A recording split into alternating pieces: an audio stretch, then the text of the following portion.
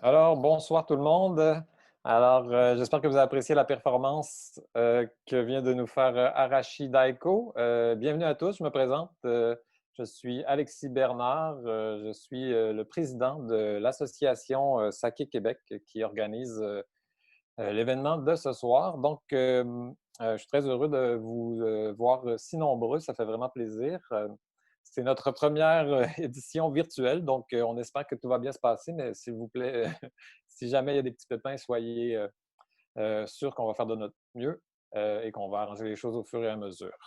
Donc, je vais dire quelques mots en anglais puisqu'on a aussi quelques participants anglophones. So, hello everyone. I'm very happy to welcome you to this virtual edition of Kampai Montreal 2020. So my name is Alexis. I'm the president of the ASQ, Quebec Sake Association. So tonight's webinar is going to be mainly in French, but if you have any questions, you can, of course, ask them in English, and we'll be answering in English too. So thank you for being here with us tonight.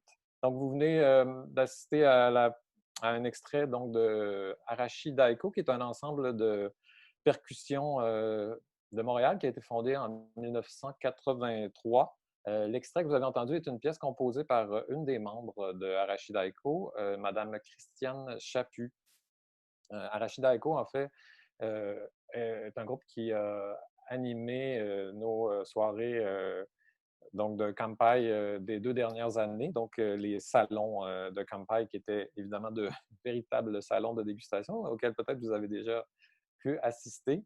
On aurait évidemment cette année voulu faire la même chose, mais comme tout le monde, on s'organise avec les conditions actuelles.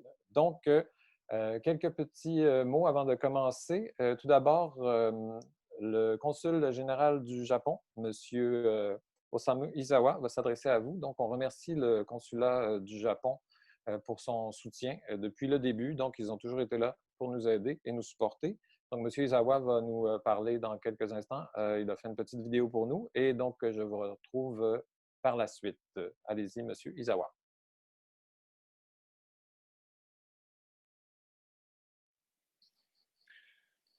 Mesdames et messieurs, bonsoir. Je suis Osamu Izawa, consul général du Japon. Cette année aura dû marquer la troisième édition de Kampai Montréal. Malgré les circonstances actuelles, l'association Sake Québec nous offre tout de même ce webinaire, introduisant les multiples facettes de cette boisson traditionnelle japonaise, le saké. La promotion de la gastronomie japonaise, le washoku, dont le saké fait partie, est une des missions importantes de notre consulat, de même que de favoriser les échanges culturels et économiques entre le Québec et le Japon. Lorsque je suis venu ici à Montréal, j'étais ravi de découvrir que le Québec produit une excellente viande du porc.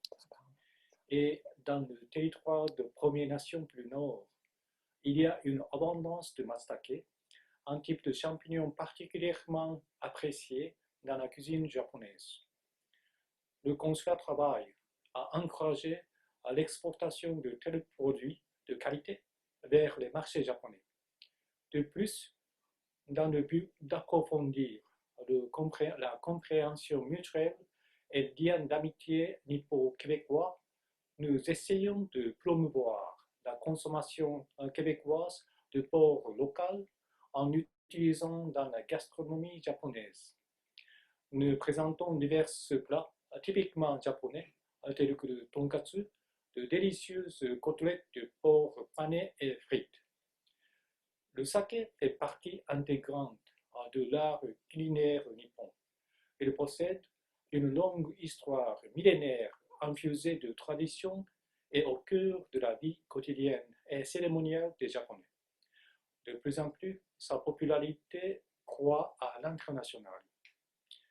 J'ai appris que François Chartier, un créateur d'harmonie québécois réputé, a créé une nouvelle gamme révolutionnaire de saké.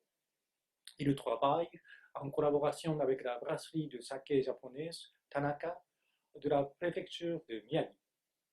Dans cet esprit, j'aimerais continuer de contribuer à la promotion du washoku, y compris du saké.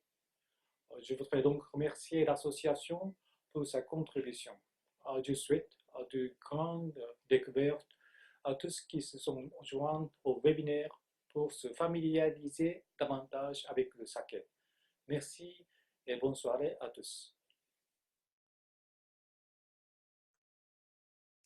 Donc, merci beaucoup à M. Izawa à nouveau et au consulat général du Japon à Montréal pour leur support et pour tout ce qu'ils font pour promouvoir la culture japonaise, la gastronomie et le saké, évidemment, auprès des Québécois. Donc, on a également des remerciements à faire à Sami Rabat qui nous a gracieusement offert la promotion sur son site web et ses lettres, ainsi que tous ceux qui ont partagé et parlé de notre événement. Merci.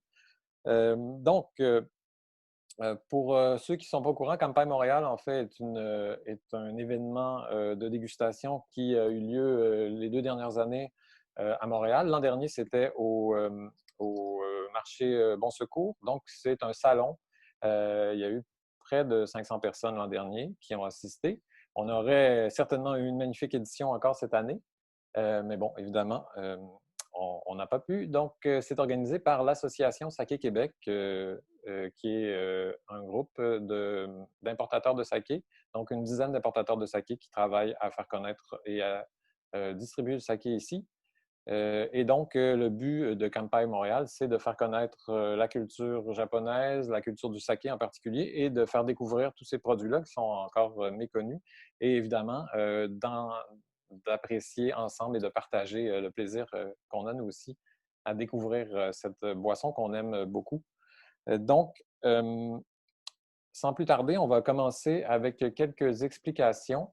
Donc, it's going to be a time for a little speech on organization and how to use Zoom for everyone. Donc, pour ceux qui sont familiers avec Zoom, ben, écoutez, ce sera une révision. Pour ceux qui ne s'y connaissent pas, donc juste vous expliquer un peu comment ça va marcher. Donc, il y aura plusieurs choses qui vont se passer ce soir. On va déguster bientôt. Il vous sera toujours possible de converser. Donc, je vois qu'il y a déjà beaucoup de gens qui utilisent la boîte de discussion. Celle-ci est là pour vous. Vous pouvez échanger entre vous, nous envoyer des messages, nous écrire. On va essayer de répondre.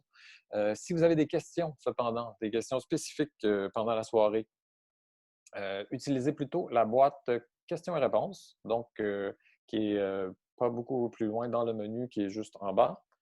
Donc, la question et réponse donc, sur le saké seront répondues par mes collègues qui sont donc dans la tour de contrôle, Delan, Jenna et Yukiko, qui sont également membres de l'association et qui font partie du comité d'organisation de Campai depuis le début et qui sont sur le conseil d'administration. Donc, Delan est là pour répondre à vos questions. Yukiko également. Et Jenna maintient les manettes. Merci de leur aide pour toute la soirée. Donc, n'hésitez pas à utiliser les questions-réponses. Certaines questions seront peut-être répondues pendant ou à la fin. Donc, à la fin, il y aura également une période de questions là, pour ceux qui veulent poser des questions plus spécifiques à la fin. Ne vous inquiétez pas, ça aura lieu. Donc, pour le programme en général, on va avoir quelques petites choses pour vous. On va commencer par une petite présentation sur les bases du saké pour une dizaine de minutes. Par la suite, on va passer vraiment à la section dégustation. Donc, la dégustation va se faire pour les 8 sakés de la caisse qui était offerte dans le cadre de Campai, donc la caisse Campai Club. Pour ceux qui n'ont pas la caisse, évidemment, j'espère que vous avez quand même du saké ou autre chose à boire, s'il vous plaît.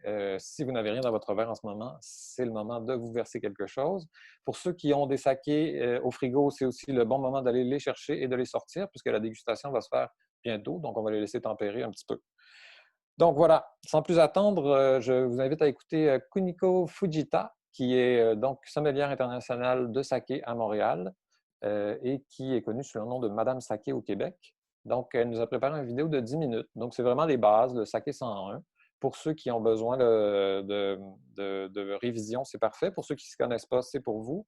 Et pour ceux qui sont déjà des experts, ben, prenez votre temps, profitez-en. Vous allez voir que Nico est très sympathique, donc ça peut être très agréable à écouter en dégustant un premier verre de saké.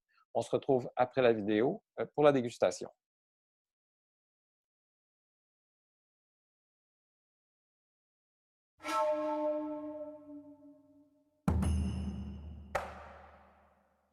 Bonjour, je m'appelle Kuniko Fujita, conférencière et sommelière internationale de saké japonais. Aujourd'hui, je suis très honorée de vous présenter la délicieuse boisson japonaise, le saké. Mais pourquoi le saké? Je vous donne la réponse tout de suite. C'est parce que c'est bon. Mais pourquoi c'est bon? Il faudrait déguster le saké. Mais avant cela, c'est utile d'avoir quelques informations de base. Si vous connaissez déjà le saké, utilisez cette présentation comme votre révision. Qu'est-ce que le saké?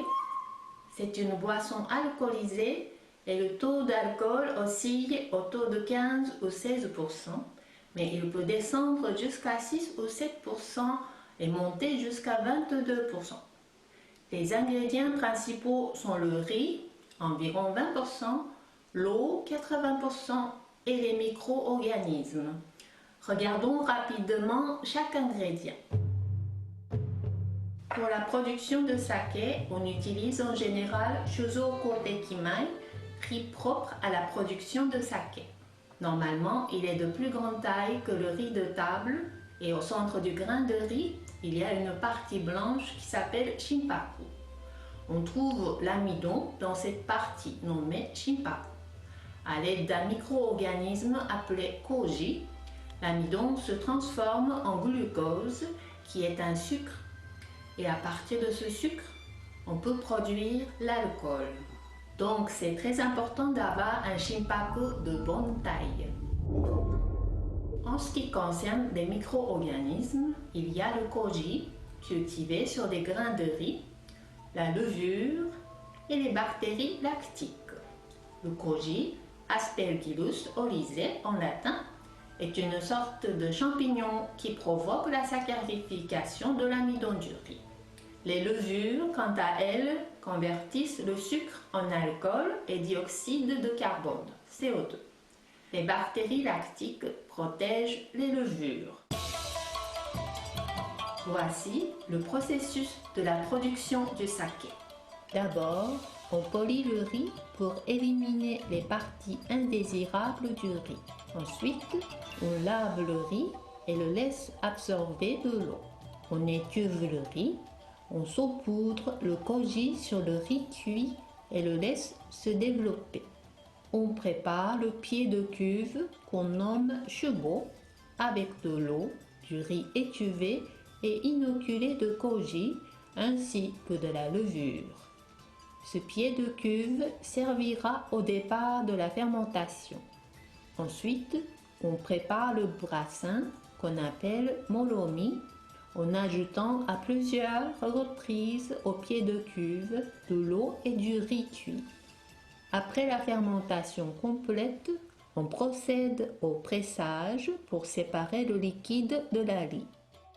Par la suite, il y a filtration, pasteurisation, stockage et dilution avant de mettre le saké en bouteille. Le saké est né au Japon après l'introduction de la riziculture, voilà plus de 2000 ans. Au début, c'était surtout la boisson religieuse pour les dieux. Sa de saké signifiait Dieu de la montagne. Ke désignait le repas. Donc, saké voulait dire le repas pour accueillir le Dieu de la montagne. Le caractère chinois du mot saké se compose de l'eau à gauche et de jarasake à droite. Le saké est devenu une boisson du peuple autour du 8e siècle grâce aux moines bouddhistes qui travaillaient fort pour l'amélioration de la technique de production. Depuis plus de 2000 ans, la technique de production du saké continue à se développer jusqu'à aujourd'hui. Le saké a été présenté pour la première fois à l'extérieur du pays en 1872 lors de l'exposition universelle de Vienne. À l'ère Heisei, l'exportation de saké a débuté et maintenant il y a même des sakés qui sont produits à l'extérieur du Japon. Par exemple, à Hawaï, au Brésil, au Vietnam, en Thaïlande, en Australie, aux États-Unis et, oui, au Canada. Toronto, Vancouver et Richmond. Bientôt au Québec? Peut-être. La classe des sakés supérieurs est dénommée Tokute Meishōshu. Il existe 8 types de sakés. Ils sont classés en fonction de leur combinaison d'ingrédients et du taux de polissage du riz. Si les ingrédients sont seulement le riz, l'eau et le koji, sans ajout d'alcool, on peut appeler junmai, qui veut dire riz pur. Dans la deuxième colonne, on voit junmai, tokubetsu junmai, junmai ginjo et junmai daiginjo. Tous ces sakés sont sans ajout d'alcool. Si dans les ingrédients il y a un ajout d'alcool distillé pur, on n'appelle pas junmai. Les 4 sakés de troisième colonne sont les sakés avec ajout d'alcool. Deuxième élément est le taux de polissage du riz. C'est indiqué en première colonne. Non déterminé, 70% ou moins, 60% ou moins et 50% ou moins. Regardez la troisième colonne. Ce sont les sakés avec ajout d'alcool. Si le taux de polissage de riz descend jusqu'à 70%, on peut commencer à appeler honjozo. À 60%, on peut appeler ginjo et à 50% daiginjo. Revenons à la deuxième colonne. Pour le saké junmai tout court, il n'y a pas de règle pour le taux de polissage de riz. Mais si le taux de polissage de riz descend à 60%, on peut commencer à appeler junmai ginjo. À partir de 50%, junmai daiginjo. Au quatrième rang, on voit tokubetsu junmai et tokubetsu honjozo. Le mot tokubetsu signifie spécial. Ils sont soit plus polis que junmai ou honjozo tout court, soit avec d'autres conditions. La dégustation, c'est le meilleur moment de l'apprentissage du saké. Je vous conseille d'utiliser un petit tableau pour positionner votre saké. S'il a un bouquet riche et un goût léger, c'est un saké fruité dans la catégorie saké aromatique. Si l'arôme est subtil et le goût est doux, c'est la catégorie saké rafraîchissant. Si l'arôme est subtil mais le goût est riche, c'est un saké corsé. Le saké vieilli a très souvent un arôme riche et un goût puissant. Quand on arrive à trouver la position pour son saké, on peut s'amuser ensuite. Par exemple, on peut trouver un accord avec des plats en choisissant un plat de la même catégorie. Pour un saké fruité aromatique, une salade de fruits, un poisson carpaccio, ou pour un saké vieilli, un fromage vieilli compté 3 ans par exemple. Il y a toutes sortes de contenants de saké, d'une petite coupe au choco jusqu'à un grand verre. Vous pouvez déguster le même saké à des températures différentes, selon la saison, le repas ou même l'état physique et mental. On peut choisir la température idéale du saké en lien avec l'occasion. Revenons à la question de la première page. Pourquoi le saké? Et je réponds ici, pourquoi pas? Le monde du saké est vaste. Je vous invite à explorer ce merveilleux univers. J'organise des ateliers de dégustation sur différents thèmes. Visitez mon site internet à madamesakeauquebec.com. Kanpai, à votre santé et bonne soirée de saké.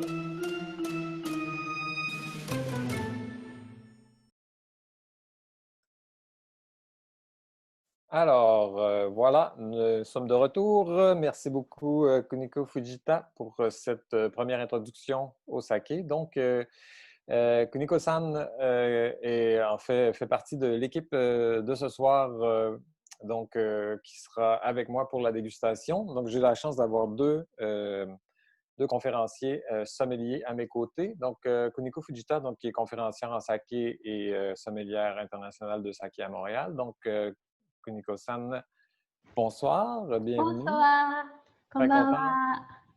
tu vas bien? Konbanwa. Oui, ça va bien, toi? Oui, merci, très bien. Oui.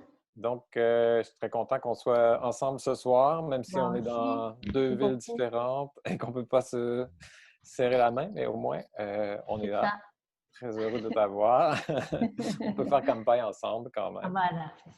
Et donc, avec nous va se joindre Ped Fimfrakeo, qui est copropriétaire du restaurant Juni et Okini Tradition sur la rue Laurier à Montréal.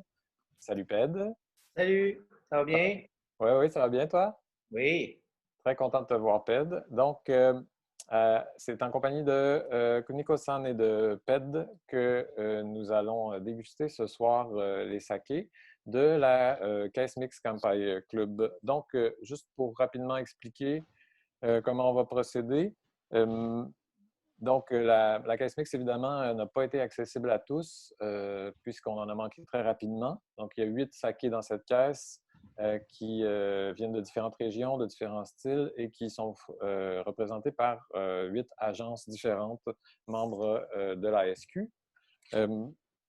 Donc, comment on va procéder? On va les goûter, en fait, un après l'autre, dans un ordre prédéterminé. Donc, l'ordre est, je pense, l'ordre est le même que sur la page d'explication à laquelle vous aviez accès en lien avec l'événement.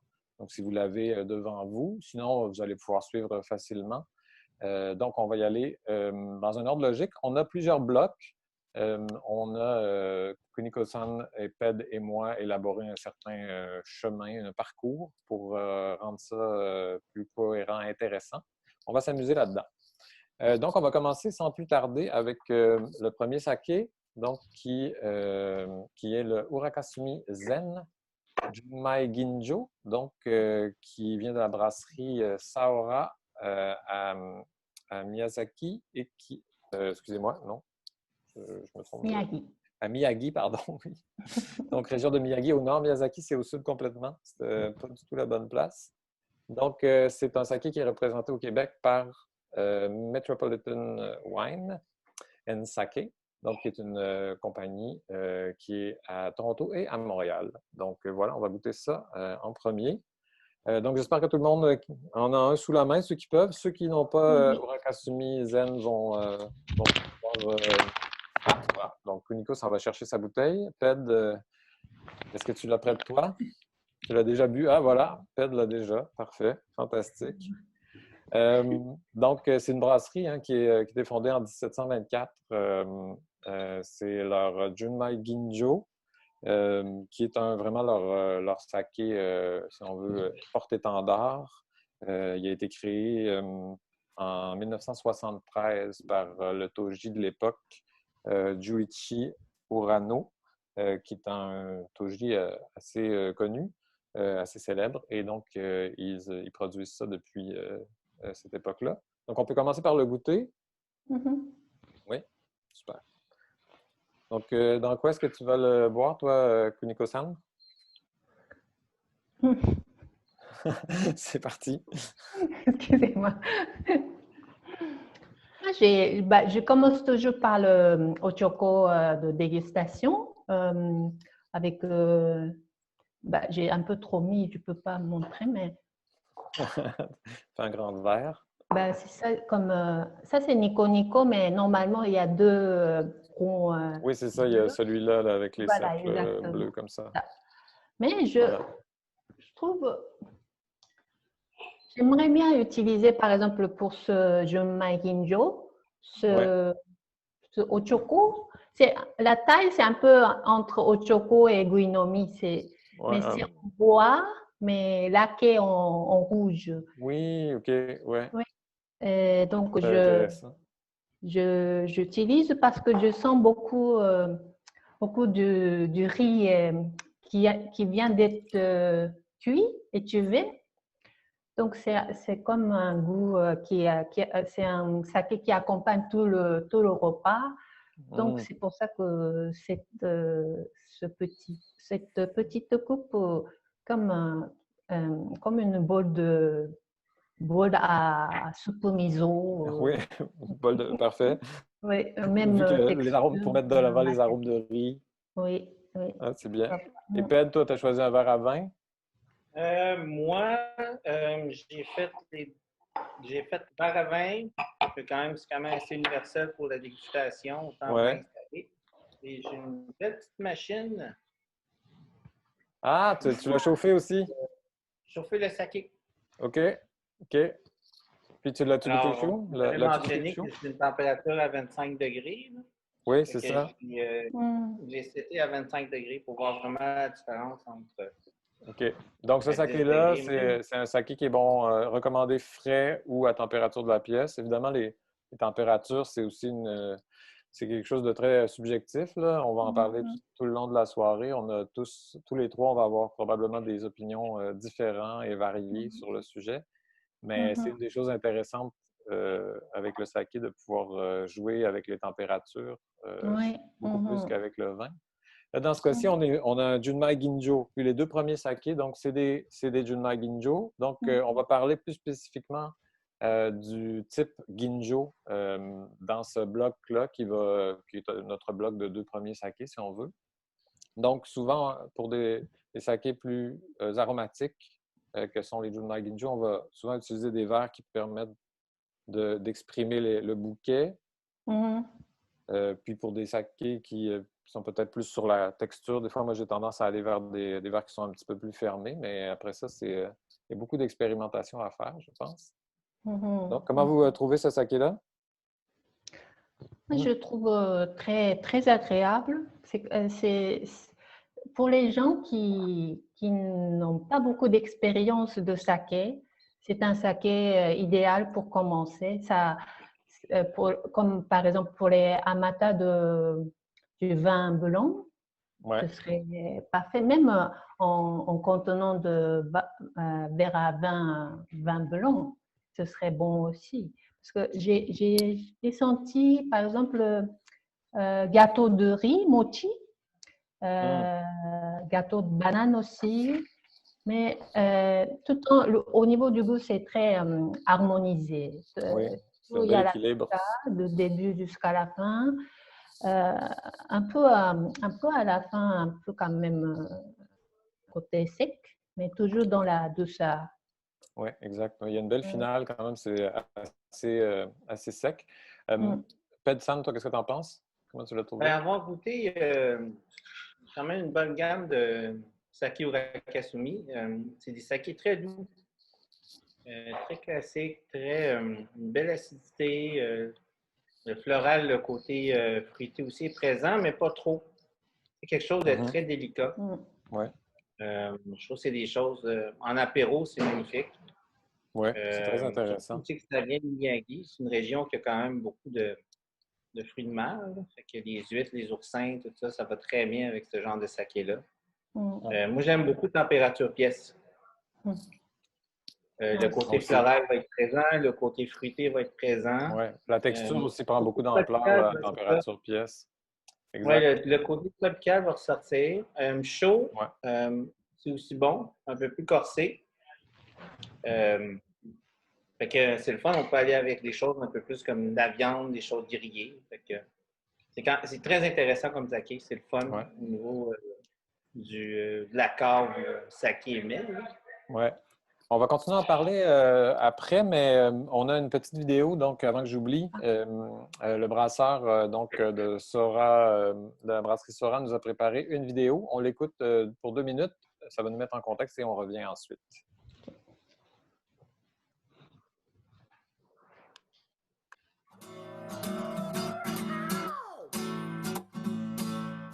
Bonjour tout le monde, aujourd'hui on vous invite à Shiogama dans la préfecture de Miyagi pour découvrir une des pionnières dans l'industrie du saké, la brasserie Urakasumi. 悲しい時仲間を呼べみんなを呼べ美味しいよがま楽しいよがま元気になる笑顔になる笹かまマグロにお寿司神社にお酒も最高さ私たちは1724年創業まもなく300年を迎える歴史のある酒蔵です。弊社の酒造りは品格のある酒を目指しており、飲み飽きのしない味と香りのバランスの取れた酒質ですので、食事と一緒に楽しみにぴったりです。本社蔵のある塩釜市は新鮮な魚介類が上がる港町で豊かな食文化に恵まれています。この地域性とともに浦霞の味わいは甘くなっています。そしてその環境の中で磨かれてきた弊社の中で代表的な商品が1973年に発売をした純米吟醸浦霞善です。浦霞善はメロンやバナナのような香りがありまして、味わいは柔らかさがあり上品な味わいになっております。料理としては白身魚やナスの素揚げなどを食べていただきまして飲んでいただくと美味しいと思います。 Ça fait maintenant 1 an que Zen est disponible au Québec, gang de chanceux. Une fois que vous allez l'essayer, vous aussi vous allez virer Zen. Allez, campagne Montréal!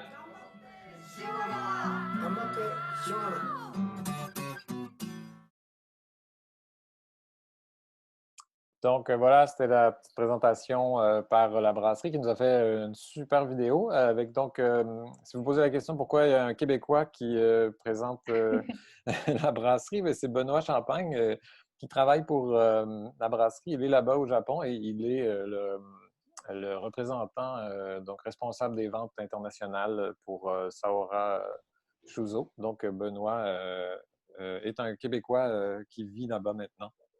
Donc, je pense qu'il est en ligne avec nous d'ailleurs. Vous pouvez lui poser des questions si vous voulez.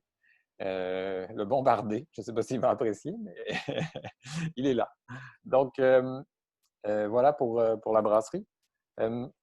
On va continuer parce qu'on a d'autres sakés à goûter. Puis, on va passer donc à notre deuxième saké du bloc des Ginjo. Puis, on va ensuite revenir pour discuter de tout ça. Donc, le deuxième saké, c'est un saké de la brasserie Asahara, donc qui vient de la préfecture de Saitama, qui est juste un petit peu au nord de Tokyo. C'est un Junmai Gijjo encore évidemment, donc polissage à 60%. Et donc on a également une petite vidéo cette fois-ci. Je vais la passer, on va la passer tout de suite, comme ça on peut commencer à goûter et puis s'en parler après. Donc on écoute la vidéo en question pour le Koi Koi Junmai Ginjo.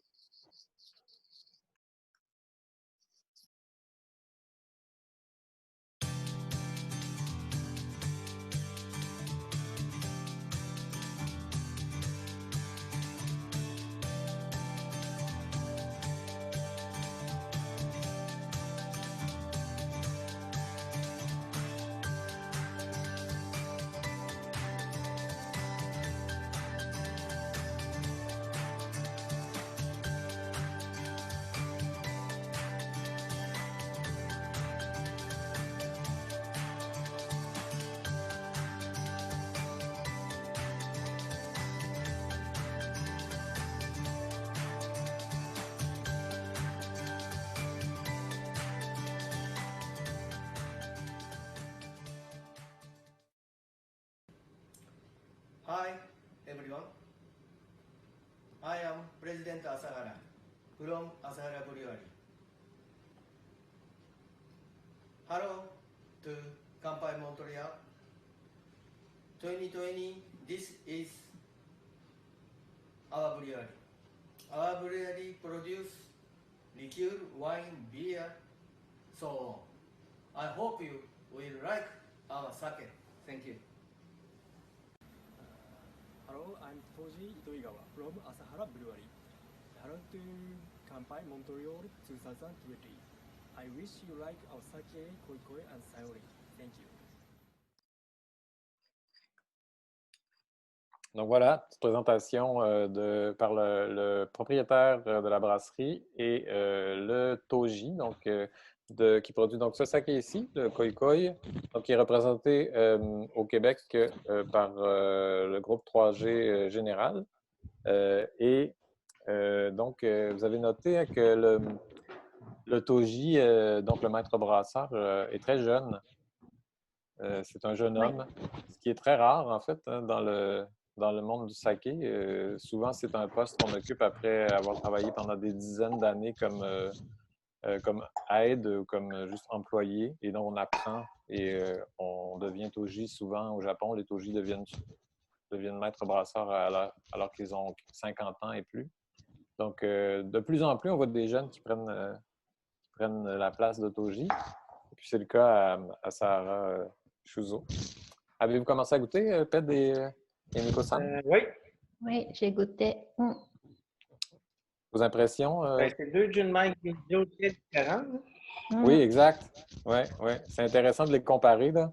Pour les gens qui ont les deux avec eux, là, ça vaut vraiment la peine de sentir et de goûter les deux côte à côte, parce qu'on a deux profils, vraiment deux styles. Oui, ça c'est il y a beaucoup de fruits. J'ai noté pommes vertes, pêche, zeste d'orange, sucre cristallisé. Et puis après, il y a umami, mais un peu umami sauvage comme champignons japonais, shimeji, c'est ça, enoki. Oui, c'est intéressant. Moi, je trouve qu'on l'a au nez un peu quand même, le côté champignon sauvage. Là. Il y a du fruit, mais on sent à l'arrière, là, on a vraiment l'aspect un peu plus rustique, sauvage, champignonné. Oui, il y a un peu plus d'astringence. On dirait que, je ne sais pas si c'est ça, mais l'eau est plus sec aussi. L'eau est très différente. Je pense qu'il y a un peu plus de minéraux. Peut-être c'est une eau un peu plus lourde. Il y a un sentiment minéral, c'est plus sec en finale, il y a une légère amertume. Il y a un peu plus une eau douce. Comparer les deux, le zen, je trouve qu'il y a un peu plus de complexité, plus de fun, plus de choses plus versatiles. Peut-être, oui. Bien qu'avec son caractère un peu plus franc, en finale, le Koikoi pourrait peut-être en accord nous permettre de jouer sur des plats un peu plus puissants ou avec un peu plus de sucre. Là. Je le vois bien sur des plats crémés, moi, en tout cas, au niveau des accords. Oui, il faut faire attention. Des fois, l'alcool va ressortir un peu plus. Je pense qu'au niveau du Koikoi, l'agencement avec le zen va être plus facile. Autant avec des sashimi de poisson blanc, des oursins, des huîtres, même avec du fromage, de la crème. Oui. C'est définitivement le zen va un peu plus le zen va un peu plus de versatile au niveau de l'accord. Le Koikoi va aller plus dans un accord un peu plus spécifique. Oui, OK. Oui, c'est ça. Il faut le jouer un petit peu avec un peu plus de finesse puis de précision. Là. Donc, il y a des sakés comme ça qui sont beaucoup plus polyvalents. C'est le cas du zen. Il y a des sakés qui demandent à être comme le vin, d'ailleurs, comme dans n'importe quel accord, d'ailleurs. C'est pas lié à... C'est pas une question de qualité, c'est une question de caractère. Là. Mais on a quand même deux ginjo. On est dans le... Oui. Les deux Junmai Ginjo, tous les deux ont umami, mais umami, c'est différent umami. Le premier était umami plus complexe.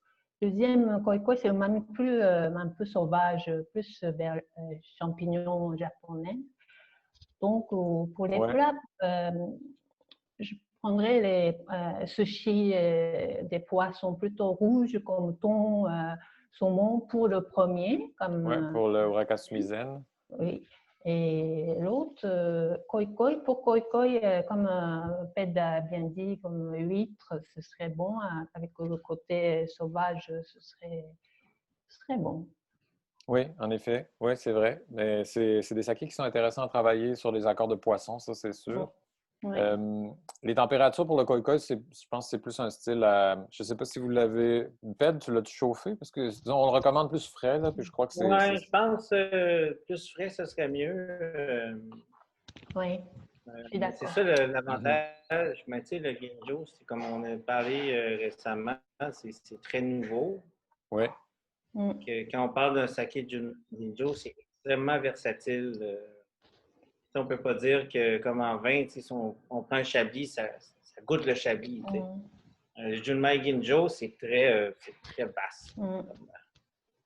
Même au niveau de ustensiles, je sais pas, contenant, même pour le Junmai Ginjo, j'ai choisi pour le premier comme ça. Le deuxième, comme la Kiliko, c'est la tradition japonaise. Oui, c'est ça, c'est Kiliko, ça c'est le verre travaillé, là, le verre... Oui, c'est ça, minutieusement. Est-ce que tu veux le rapprocher de la caméra pour que les gens le voient? Parce que moi, je trouve ça magnifique. Comme ça. Ça, c'est en forme un peu comme un verre à vin. C'est ça, il y a un pied. Mais sinon, il y a d'autres plus comme ça. Ah oui, c'est ça, oui. Kiliko. Donc ça, ah oui, magnifique. Comme pour umeshu, par exemple, ou un saké très, comment on dit, straight, saké droit. Ça, c'est bon aussi. Ça marche bien. Pour l'été, oui. C'est des objets magnifiques en tout cas, mais il y a tellement de beaux objets dans la tradition du saké. Puis en plus, le saké est versatile au niveau de son service. On peut jouer vraiment avec les types de verres. Moi, pour le koi koi, j'ai préféré le verre à vin. Je l'ai essayé aussi dans un petit choco légèrement évasé. Mais je trouvais qu'au niveau aromatique, ça le révélait plus avec le verre à vin. Le zen, par contre, les deux styles étaient intéressants. Là. Puis pour les températures, donc on va revenir au fil des dégustations. Mais en général, là, on parle de ginjo, donc c'est souvent des sakés qui s'expriment bien à température plus basse, donc plus froid, plus frais, là, pour les gens qui se posent la question.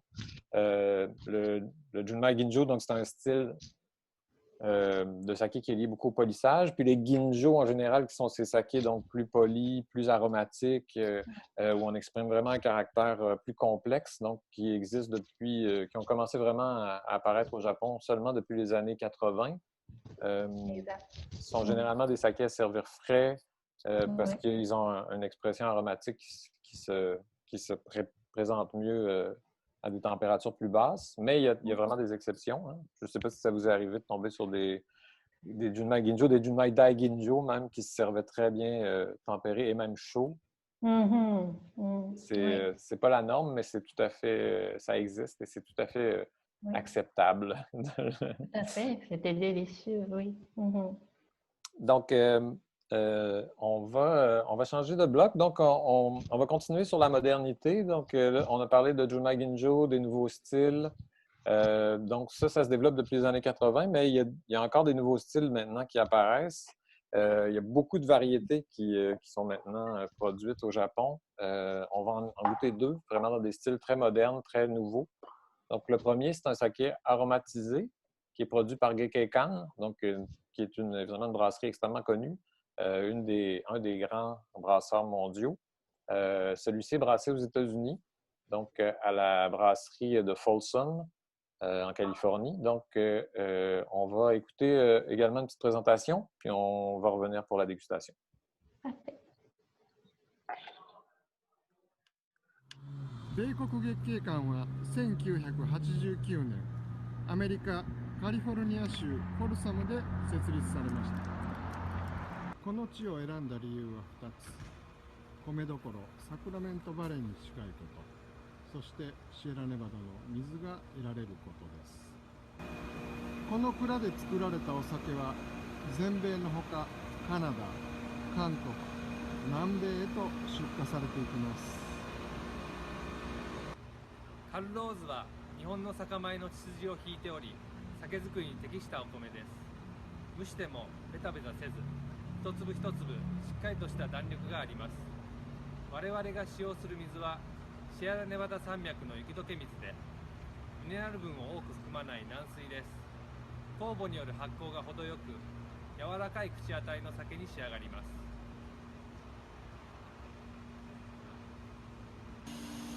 酒造りにおいて最も重要と言われている工程が麹作りです。良い麹を作るためには蒸し米の水分、温度、麹室の温度、湿度を適切に管理しなければなりません。工程の初めに蒸し米に麹菌を摂取しますが、麹菌は目に見えないため、本当にこれで大丈夫だろうか、良い麹ができるだろうかなどと心配になります。翌日、蒸し米に生えた菌糸が見え始めると少し安心することができます。酒造りの現場はこうした不安や緊張感がいつも漂っています。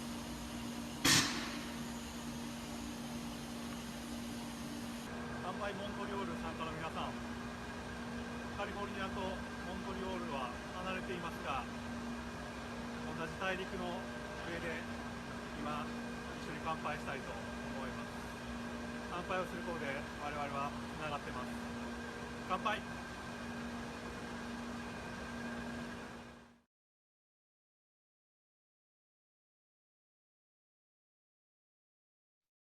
Donc voilà, merci donc pour la petite vidéo préparée. Kanpai! Donc, je vais me verser ça. Donc, voici le saké en question. Donc, on va le goûter tout de suite.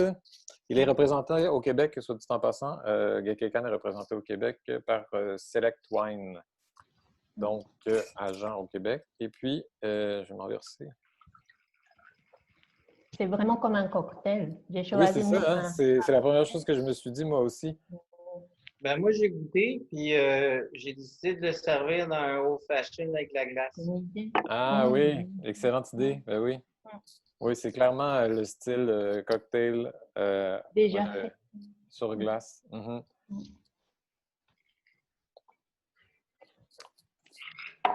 Bah, le saké comme umeshu, le saké à la prune, ça existait déjà comme c'est plutôt saké traditionnel et artisanal, mais avec d'autres fruits, c'est tout à fait récent. Donc, le saké à la myrtille, c'est même pas, c'est même nouveau pour les Japonais, donc c'est une belle surprise. Oui, exact, c'est ça, parce qu'il existe. Oui.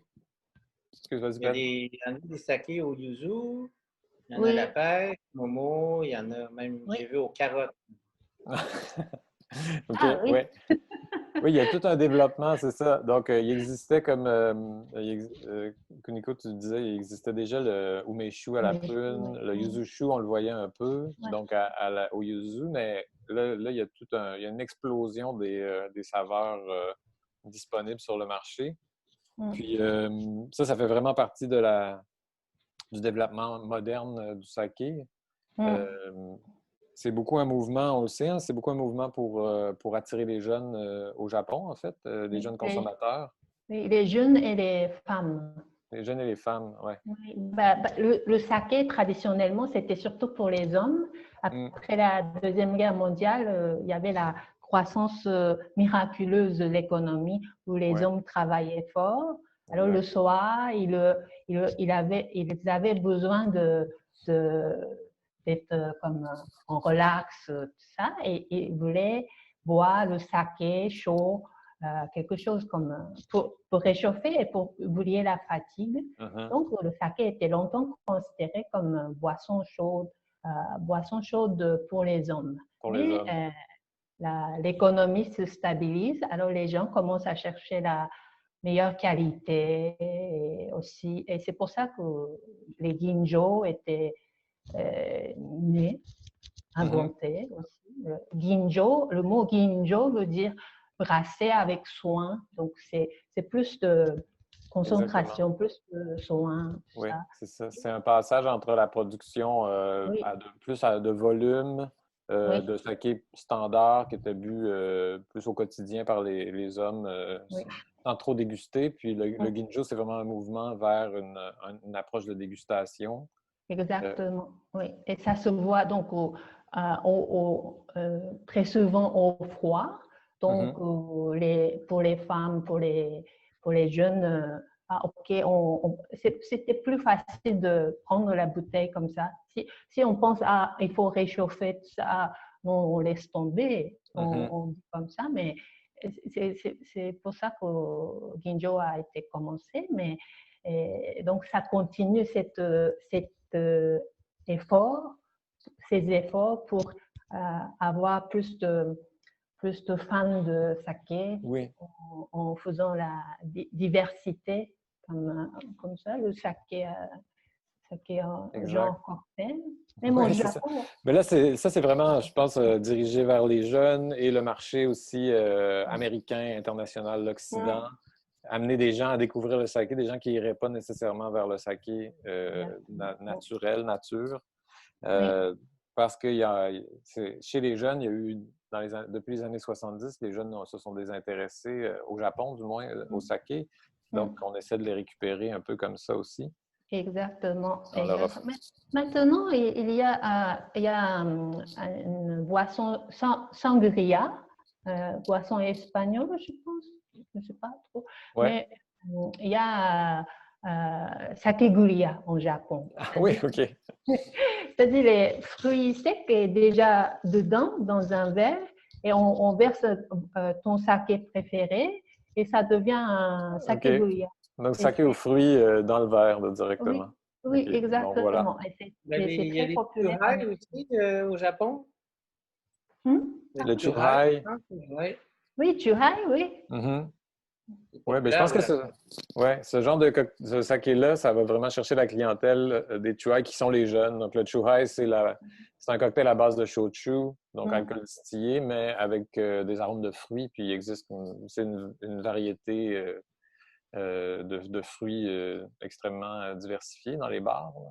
Donc, on peut avoir des churrai à tout. Ça va un peu chercher ce genre de goût-là, au fond. Là. Oui, c'est une autre clientèle. Ils cherchent une autre clientèle. Et je pense que c'est... Et puis ici, on dit au Japon, ce saké est très populaire. Aux États-Unis, par exemple, les Japonais sont intéressés. Ah bon, le saké est populaire aux États-Unis, comment ça se goûte? Et ça stimule la curiosité aussi. Oui, c'est ça. Oui, quand c'est populaire à l'extérieur du pays, ça devient tout à coup plus intéressant pour les gens du pays. C'est un principe universel, je pense. Ça fonctionne avec le saké au Japon aussi. Donc celui-là est brassé aux États-Unis, d'ailleurs, donc par Gekkeikan en Californie. Donc, le prochain saké qui nous vient d'une brasserie japonaise cette fois-ci, donc la brasserie Takara. Le voici. Donc, Mio Sparkling, donc Mio pétillant. Donc là, encore une fois, on est dans le moderne. Donc, c'est notre bloc sur le développement moderne du saké. Mio est un saké donc pétillant, développé assez récemment donc par la brasserie Takara, qui est située à Hyogo, donc qui est en fait dans une région très connue, Nada, donc qui est très connue pour le saké. On en parlera un peu tantôt. On va écouter encore une fois la petite vidéo, puis ensuite on s'en parle.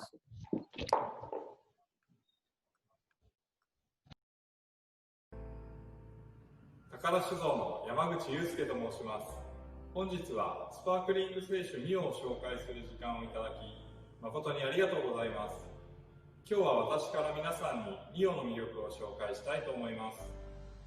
まず白壁蔵について簡単にご説明します。神戸市東灘区の地で清酒を作り続けてきた宝酒造灘工場が2001年11月に白壁蔵として生まれ変わりました。本当にうまくて良い酒とは何か、酒造りの初心に戻り、それを具現化するために私たちはまず蔵造りから始めました。さて、ミオは2011年6月に発売し、日本国内のスパークリング清酒市場において圧倒的シェアナンバーワンを誇っています。すなわち世界ナンバーワンと言えます。米と米麹から生まれた新感覚のお酒で、料理との相性も抜群。爽やかな青たちが楽しめます。また、ボトルにはスタイリッシュなオリジナルボトルを採用していますので、ギフトにもぴったりです。ミオの美味しさの秘密をご紹介します。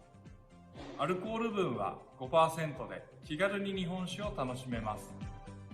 原材料は米と米麹のみで、香料や甘味料は一切使用していません。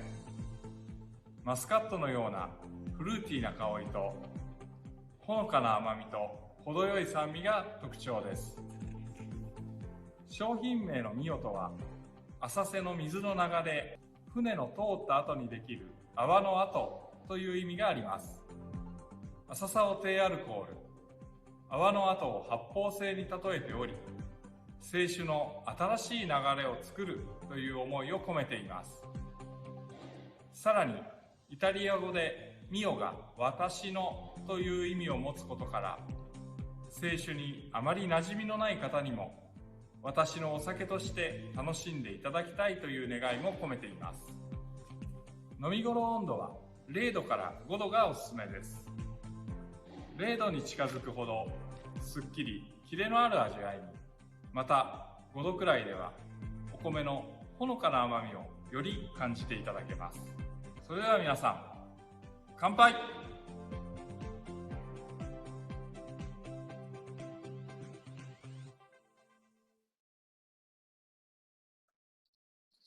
Ah, voilà, petite présentation pour le Mio.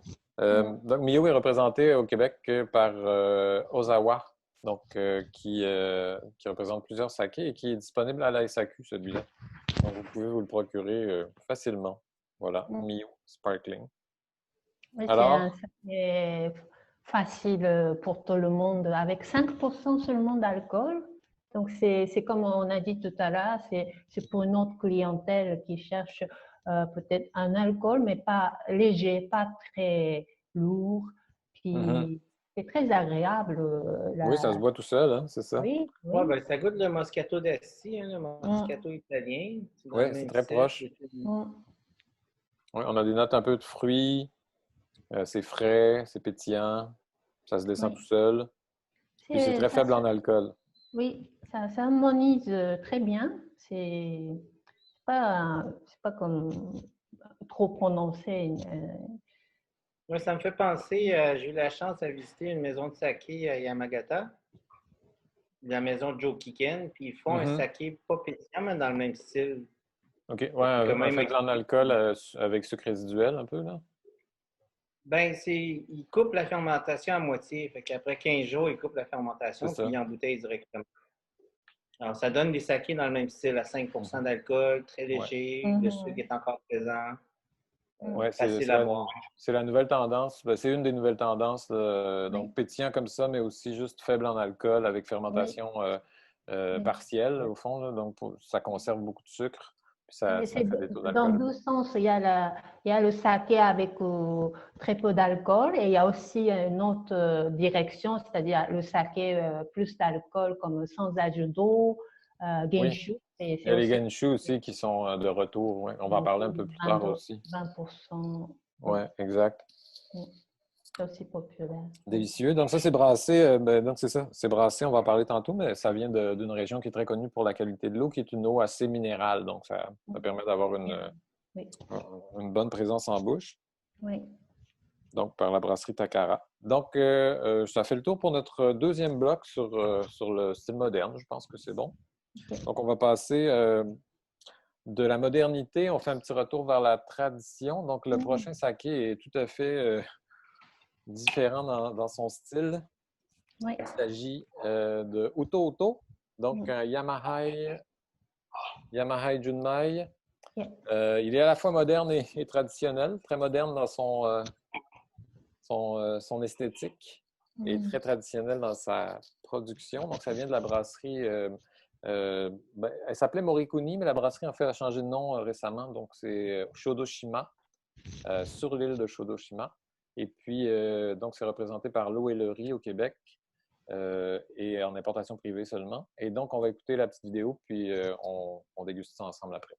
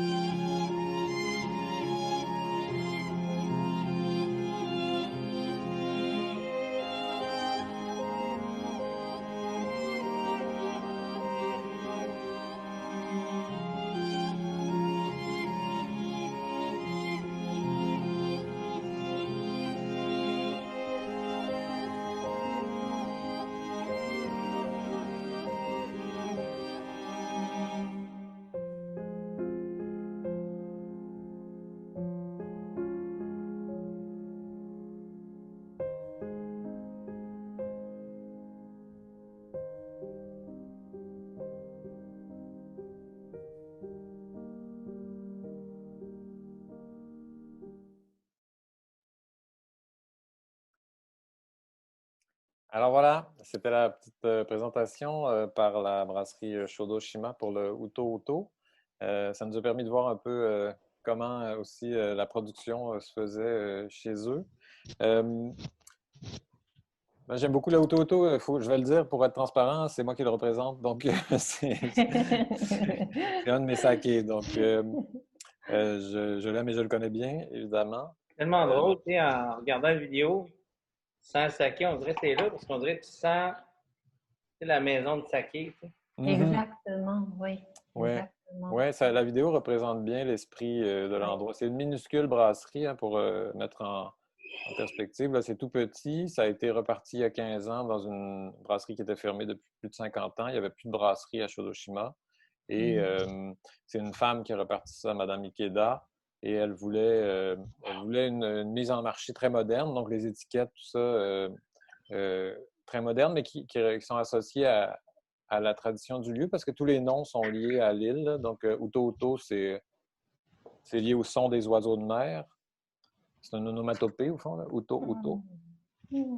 Et tous ces sakés, c'est Bibibi, c'est aussi... donc, c'est tous des noms comme ça. Et elle a engagé comme maître brasseur, elle est allée chercher un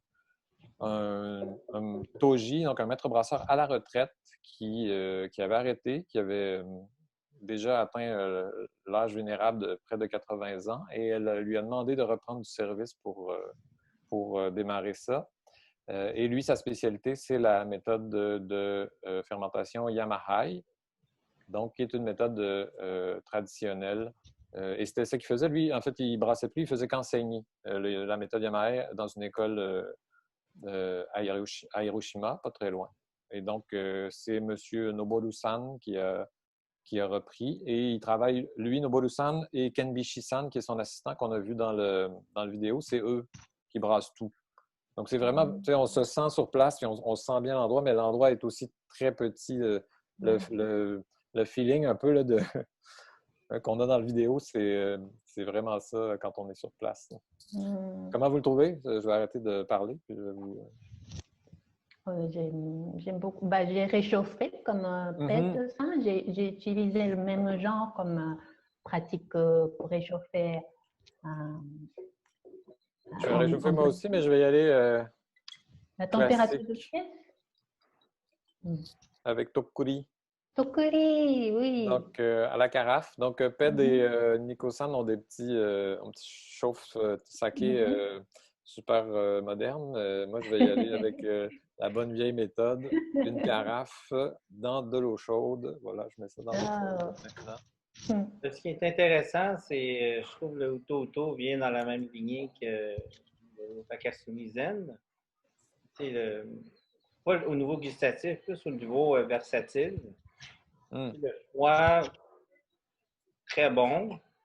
Belle acidité, le côté salin présent, mais quand on le réchauffe, je trouve là, on voit vraiment comme l'ampleur du saké. Ouais. Le côté corsé est présent, le côté comme umami est présent. C'est une belle complexité. Oui, ils gagnent vraiment en texture. C'est souvent ça, quand on les chauffe, là, ils vont prendre de l'ampleur. Quand c'est des sakés qui se prêtent bien à être chauffés, la texture, umami, le gras, vraiment l'espace en bouche. C'est ça. Ce qui est intéressant, c'est au niveau de l'agencement de nourriture. C'est vraiment, on peut aller vraiment comme dans deux lignées différentes. Sûr que Junichi, le chef, m'a mentionné que dans cette région-là, il y a beaucoup de taille, de vivano, d'huîtres, de crustacés. Je trouve frais, ça serait super bon. Moi, mon opinion personnelle, dans le chaud, je mangerais avec un plat traditionnel qui s'appelle le onabe. Oui, exact. C'est très différent.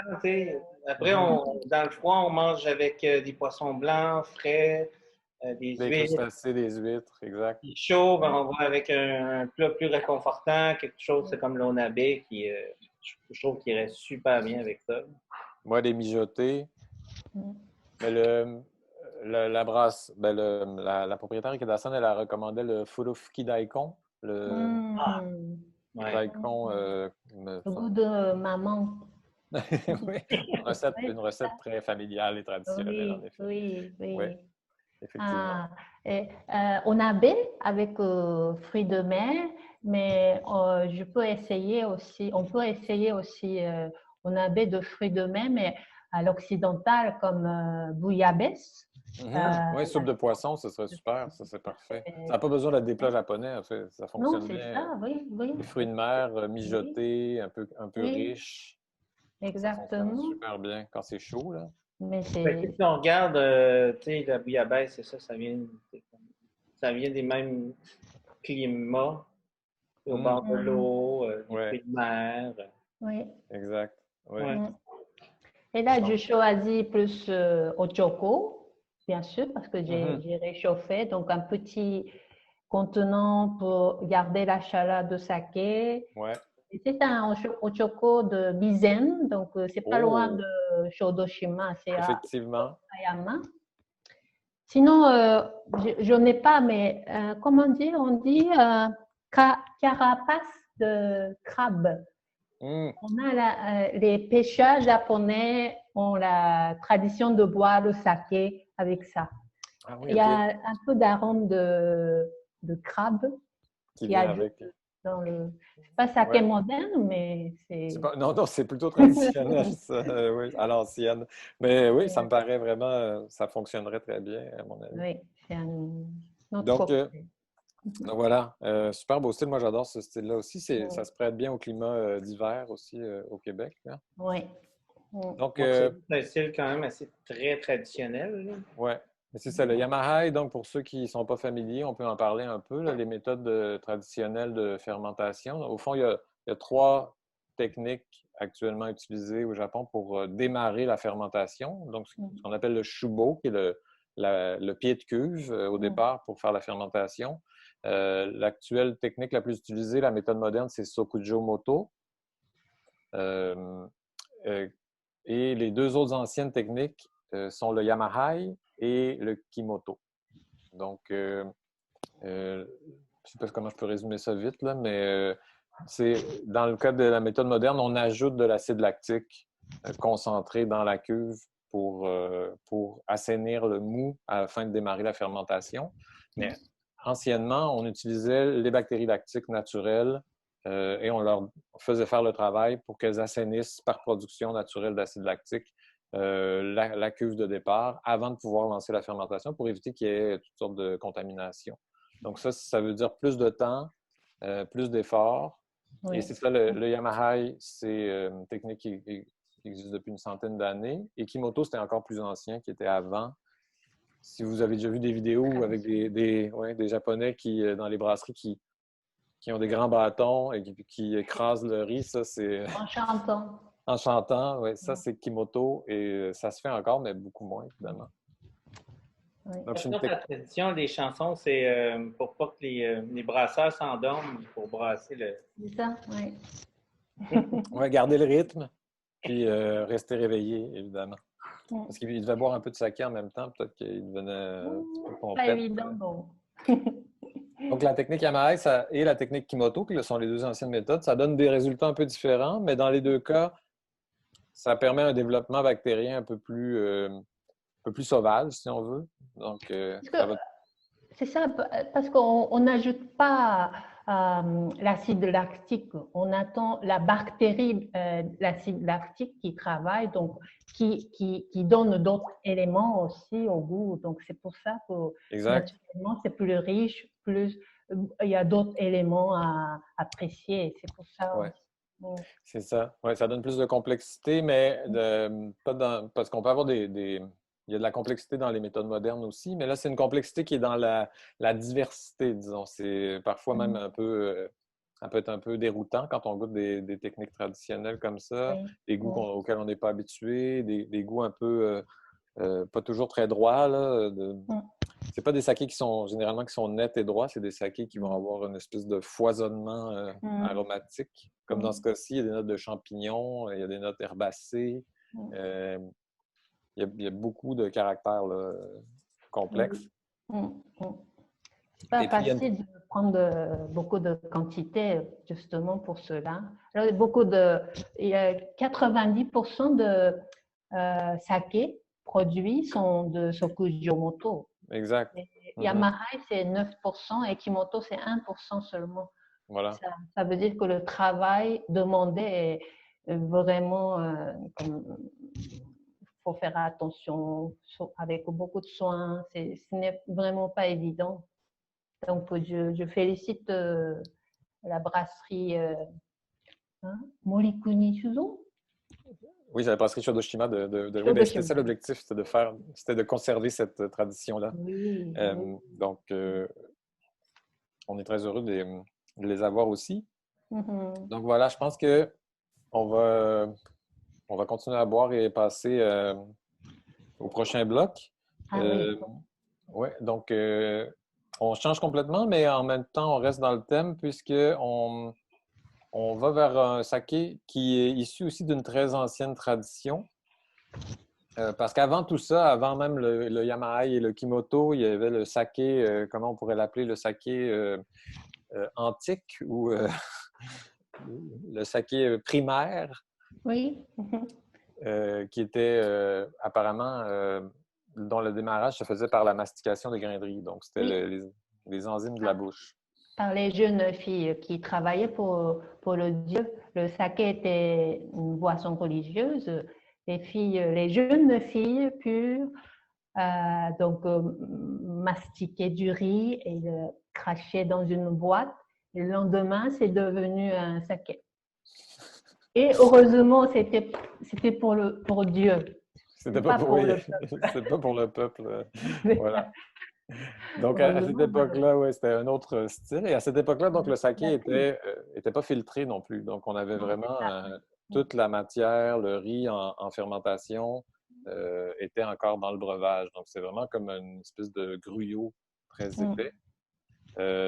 Et bon, avec le développement technologique, ça s'est perdu, mais il existe encore un équivalent qui est le nigori, qui est donc, c'est pas du tout fait avec des grains de riz mastiqués par des jeunes filles, évidemment. Heureusement. Mais il reste de la lie, il reste du riz, donc on a une texture de riz. Donc, le prochain saké qu'on va goûter, c'est le Sayuri Nigori de la brasserie Hakutsuru. Donc, qui est assez connu au Québec quand même. Ça fait longtemps qu'il est disponible. C'est dans les premiers sakés qu'on a eu au Québec. Représenté ici au Québec par le groupe Bruce Ashley. Et donc, il est disponible dans les SAQ. Vous l'avez peut-être déjà vu. Donc, on va écouter la petite vidéo puis on le goûte ensemble ensuite.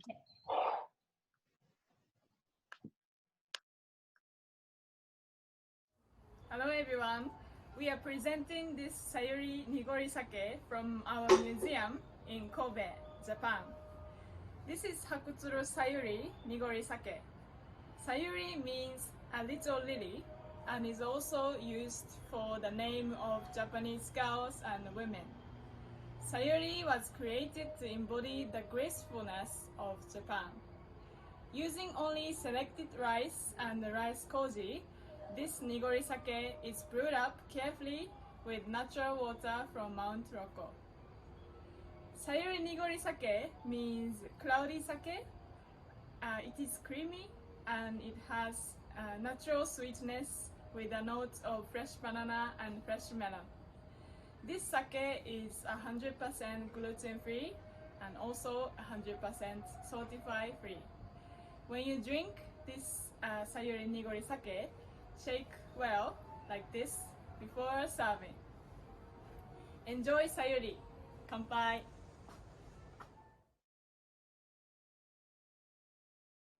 Alors voilà, donc on était au musée de la brasserie Hakutsuru, donc qui est aussi dans la région de Nada, donc même région que le Mio tout à l'heure, donc cette fameuse région d'où provient la Miyamizu, dont on va parler un peu plus tard, donc qui est une eau très célèbre pour brasser le saké.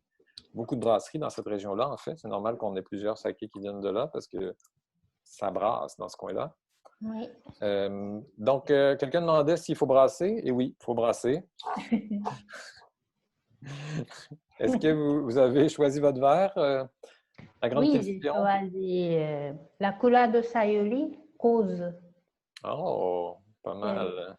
Choisir un verre un peu plus C'est ça. Faut apprécier quand même la couleur. Donc, c'est un peu dommage qu'on choisit, si on choisit au choco, mais en vert transparent, ce serait bien. Je vais y aller pour le vert, moi aussi. Oui. Voilà, on peut apprécier Kanpai.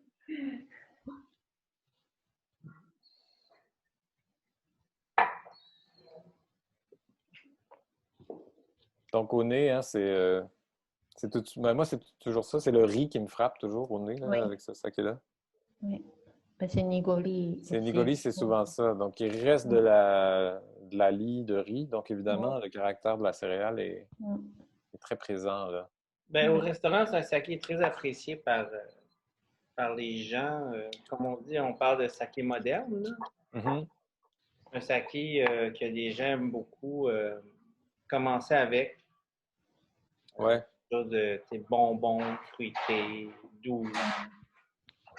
C'est très accessible, puis c'est disponible au Québec depuis très longtemps. Et puis, d'un point de vue de faire découvrir, de faire découvrir le saké à un nouveau public, Sayuri Nigori, ça a été un des sakés qui a mis un peu le saké sur la carte ici pendant des années. Les gens l'appellent la bouteille rose, ils l'appellent même plus le saké Nigori. Mm-hmm. Vraiment, je veux la bouteille rose.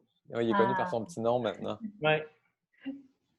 Ben oui, c'est ça. Puis il est facilement reconnaissable parce qu'évidemment, le côté laiteux, bon, le côté rose, tout ça. Et c'est encore aussi pour les gens qui n'ont jamais vu le saké, c'est aussi un peu plus accessible parce que c'est sucré. C'est un peu comme, il y a même l'arôme de dessert, même gâteau au riz, île flottante. Exactement.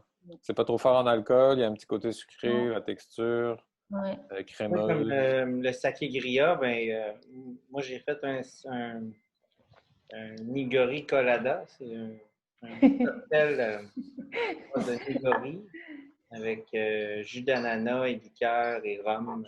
Ah oui, OK, wow, intéressant. Un côté plus exotique. Mais c'est vraiment intéressant de travailler en cocktail parce que tu peux aller chercher une texture, puis une couleur, puis un caractère.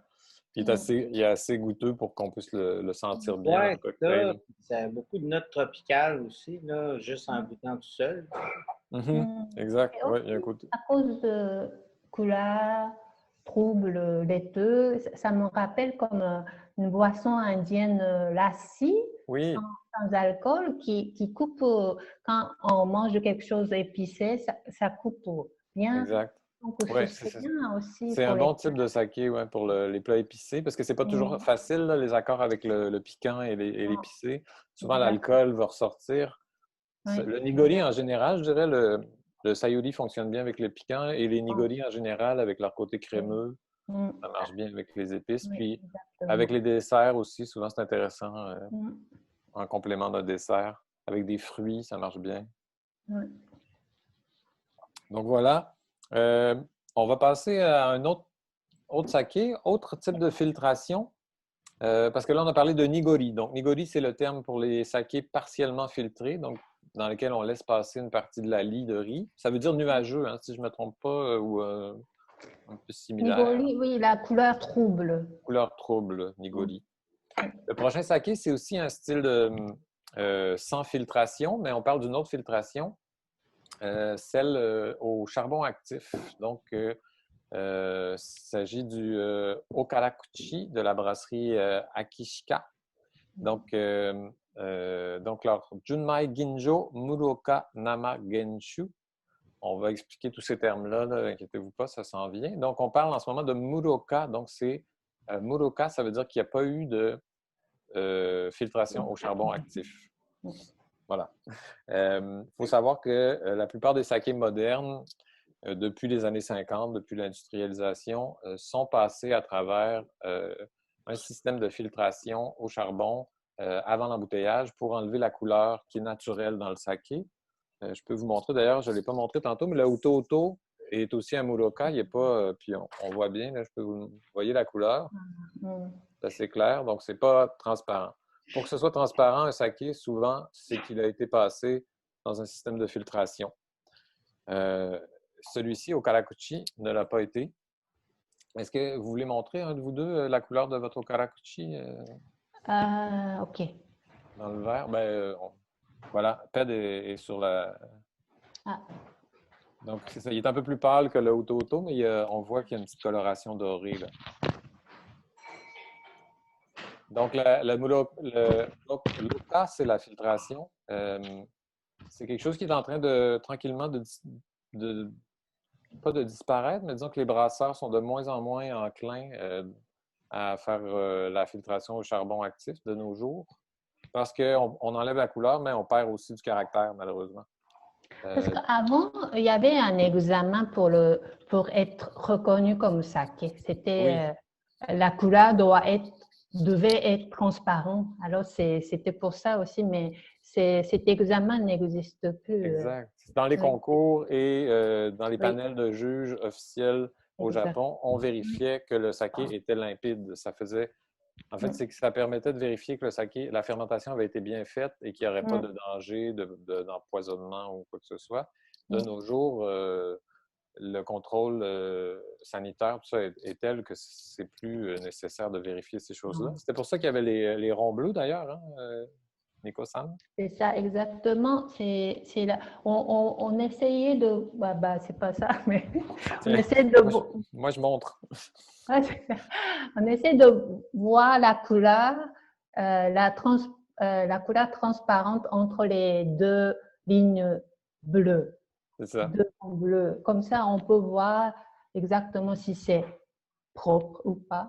Oui, c'est ça. C'était un peu, c'est un standard industriel qui s'est installé à partir des années 50.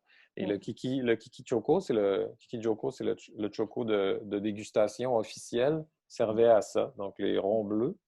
Puis ça, c'est la taille du Kiki Choco professionnel. Puis on trouve maintenant dans les restaurants la version miniature qui est devenue très populaire. Voilà, comme ça. Donc, Okarakuchi, donc le Akishika, c'est une brasserie qui travaille plus dans une approche faible intervention, très naturelle. Donc, ils ne font pas de filtration. On va écouter la petite vidéo, puis ensuite, on va le goûter ensemble.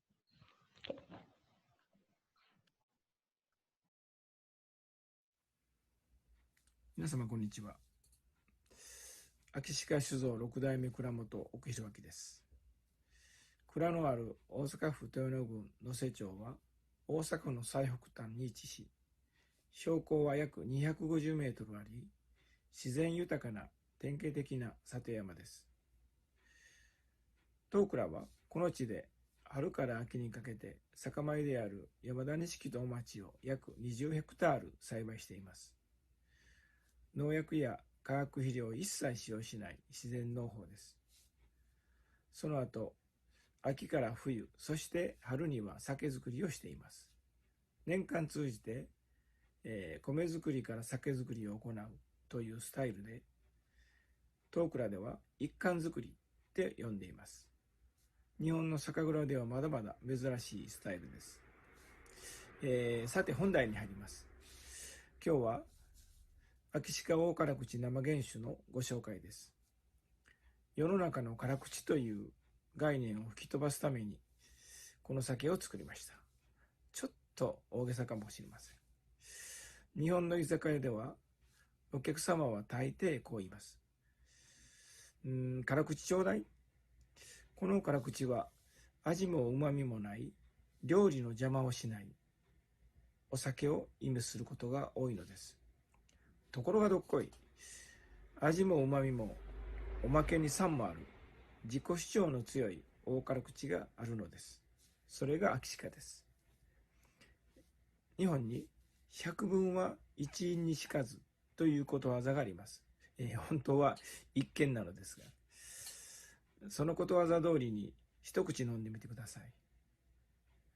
年寄りの蔵元のつまらないことをだらだら喋るよりよっぽど説得力があります。でも少し言わせてください。このお酒を作るには3つのポイントがあります。まず1つ目、秋鹿の総ハゼの麹作り。2つ目、山田錦を 100% 使用していること。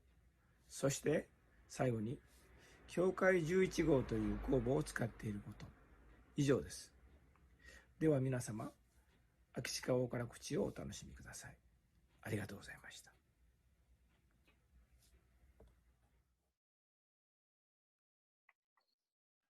Donc, voilà, on a entendu le Toji Kuramoto, donc Okusan, qui est à la fois le propriétaire et le maître brasseur de Akishika.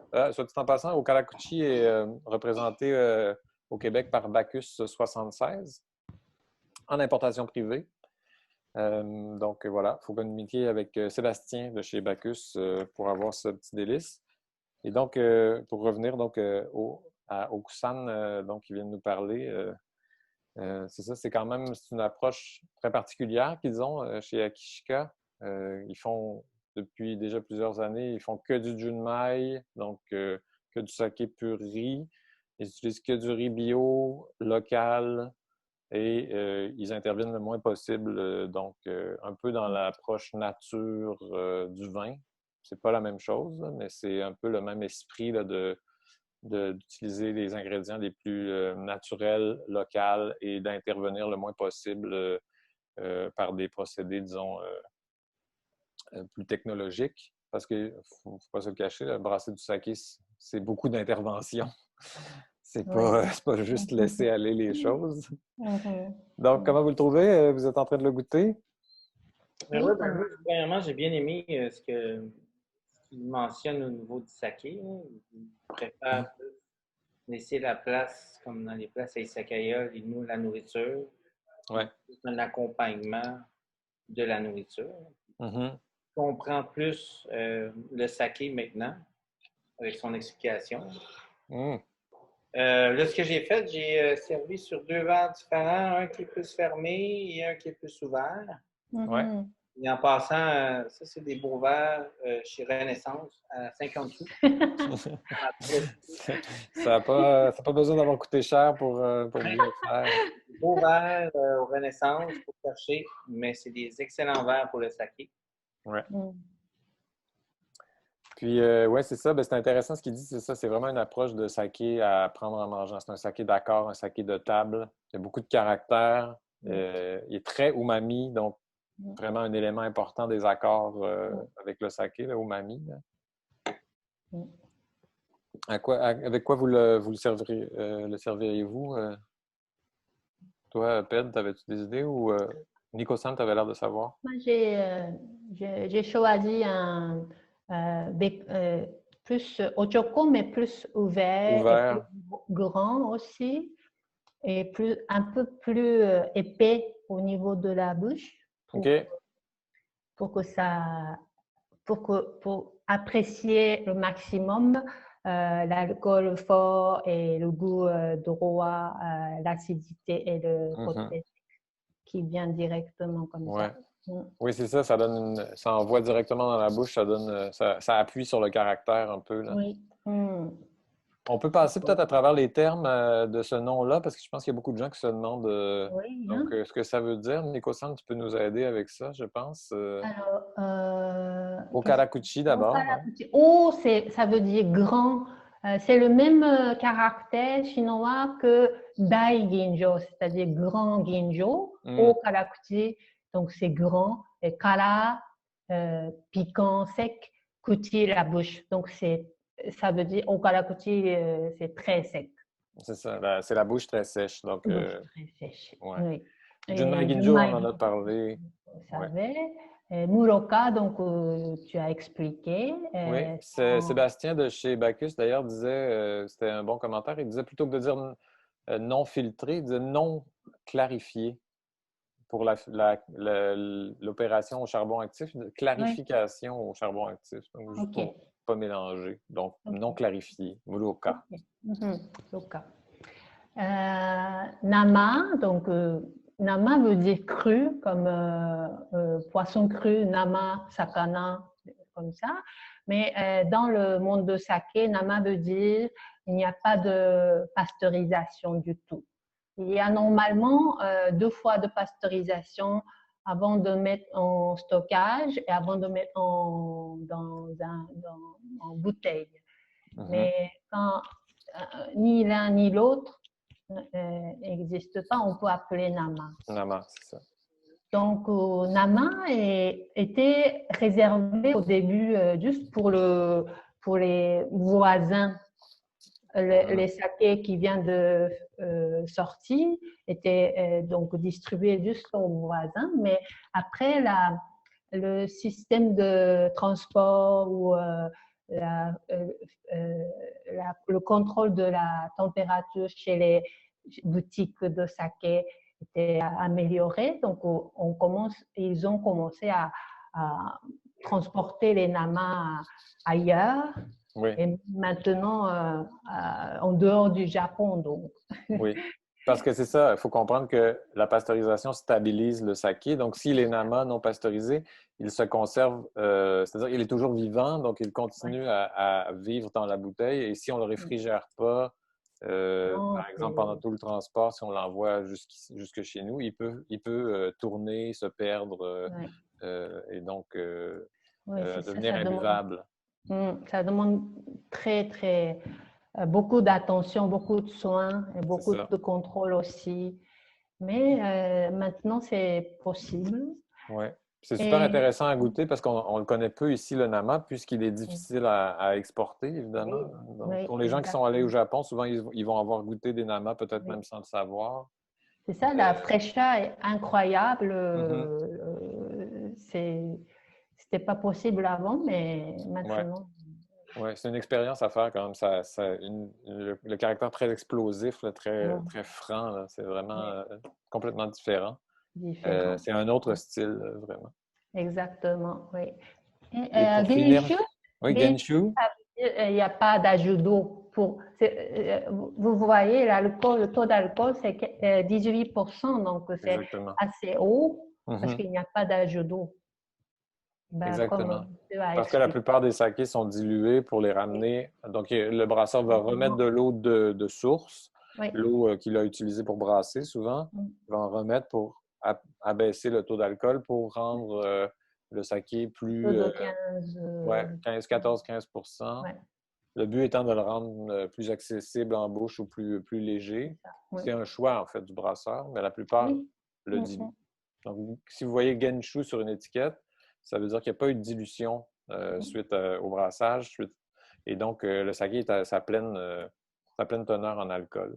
Le Uto qu'on a goûté tantôt, même s'il n'était pas identifié sur l'étiquette, c'était aussi un Genshu. Des fois, ils l'écrivent, des fois, ils ne l'écrivent pas. Il n'y a pas d'obligation dans la législation. Donc, ici, on a vraiment tous les termes sont inscrits. Parfois, c'est Muroka, mais on ne le sait pas parce que ce n'est pas écrit. Parfois, c'est Genshu, mais c'est vrai, oui. Voilà. Donc, on va continuer. Il nous reste un saké à goûter. On a un peu débordé, mais on a presque fini. Ça tombe bien, on a presque fini. On va goûter justement un autre type de nama, donc nama chozo. Donc, dans ce saké ici, qui est le Akushika Fresh Light. Donc, c'est un Junmai nama chozo. Donc, nama chozo, c'est une des variations du nama. Donc, quand c'est juste nama comme le précédent, c'est aucune pasteurisation, mais il peut y avoir une ou deux pasteurisations. Donc, si c'est 2 pasteurisations, c'est le standard, on va dire. Hein? Nama chozo, c'est une seule. Donc, c'est une seule. Je vais te laisser compléter, Nico. Une seule pasteurisation. Nama chozo, donc cru. Avant le stockage. Chozo, c'est stockage. Il y a aussi nama zume, c'est-à-dire cru, mise en bouteille. Donc, nama chozo, c'est une fois de pasteurisation avant de mettre en bouteille. Nama zume, c'est une seule fois de pasteurisation avant le stockage. Voilà. C'est ça. Nama chozo essaie de garder la fraîcheur de nama, pas de pasteurisation, mais justement, comme il y a quand même une fois de pasteurisation pour le transport, pour le contrôle, tout ça, de qualité, c'est un peu plus... c'est plus facile. Ça stabilise quand même le produit. Il faut comprendre que c'est ça, pour les gens là, qui ne sont pas familiers, quand un saké classique pasteurisé, c'est une fois la fermentation terminée, on presse, on le met en cuve pour le laisser maturer quelques mois avant de le mettre en bouteille. Et donc, il peut être pasteurisé une fois avant de mettre dans la cuve et une deuxième fois avant de mettre dans la bouteille. Donc, c'est 2 pasteurisations. Et dans le cas du Namachozo, on l'a mis dans la cuve sans le pasteuriser, on l'a laissé maturer non pasteurisé et on l'a pasteurisé seulement avant de le mettre en bouteille. Et donc, on va écouter la petite vidéo puis on va se reparler après.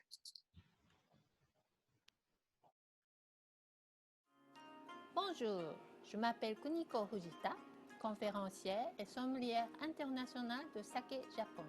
Tatsuma Honke se situe à la préfecture de Hyogo. C'est une chance qu'il puisse utiliser l'eau Miyamizu qui provient de sources profondes qui jaillissent du massif du mont Rokko. C'est une eau subtilement équilibrée en magnésium, potassium et calcium.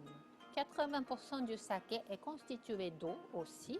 La qualité de la Miyamizu contribue grandement à leur fabrication. La marque Hakushika est la série des produits la plus populaire de la brasserie Tatsuma Honke.